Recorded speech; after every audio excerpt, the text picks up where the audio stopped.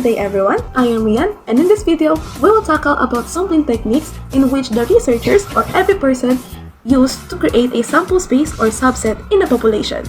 So sampling techniques has two types, which is non-probability sampling and probability sampling. And these two types has four types. Now let's get to it to know them. Good day everyone, I am Harmelin Alemania Pagas. I am here to explain what is the non-probability sampling. Non-probability sampling involves selecting sample based on the researcher's judgment, rather than random selection. It includes methods like convenience sampling, purposive sampling, quota sampling, and the last one is the snowball sampling. While it can be practical, but it may introduce bias that can affect the generalizability of the result. So let us explain what is the methods of the non-probability sampling. Convenience sampling is a non-probability sampling method where researchers choose participants who are easy to access instead of selecting randomly. Example, a teacher wants to know opinions on school rules. Instead of surveying the whole school, they only ask students from their own class because they are easy to reach. Purposive sampling is a non-random sampling technique where you select participants based on specific characteristics or criteria. This is commonly used in a qualitative research to ensure that the sample aligns with the research objectives. Example is a teacher wants to know how top students review before exam. Instead of selecting random students, they only choose those students who have high grades because it fits in the criteria. So I'm here again to explain what is quota sampling. Quota sampling is a non-probability sampling method where the researchers divide the population into specific subgroups based on a certain characteristic such as age, gender, or income level.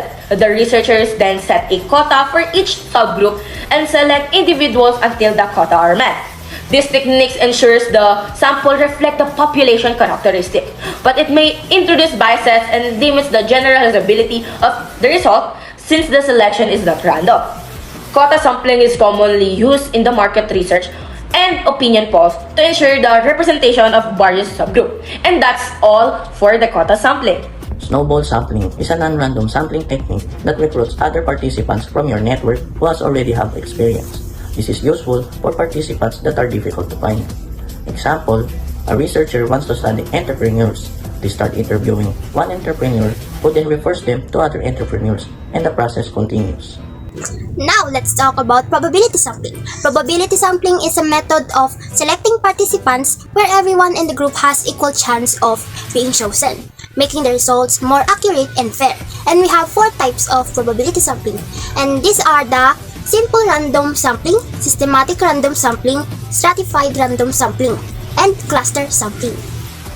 Simple random sampling is a technique under probability sampling wherein the researcher or the person randomly selects a subset or sample space in the population, or everyone has an equal chance of being selected.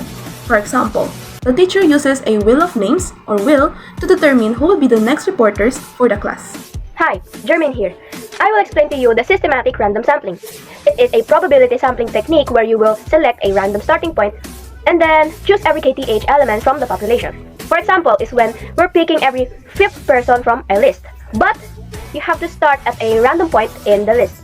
This ensures a more evenly distributed sample compared to simple random sampling. And there it is, the systematic random sampling. Easy, right?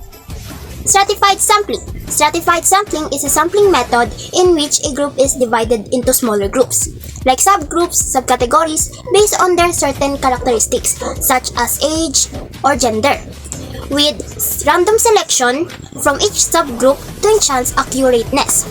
For example, it happens when a researcher divides a population into subgroups based on shared characteristics, then randomly selects participants from each group.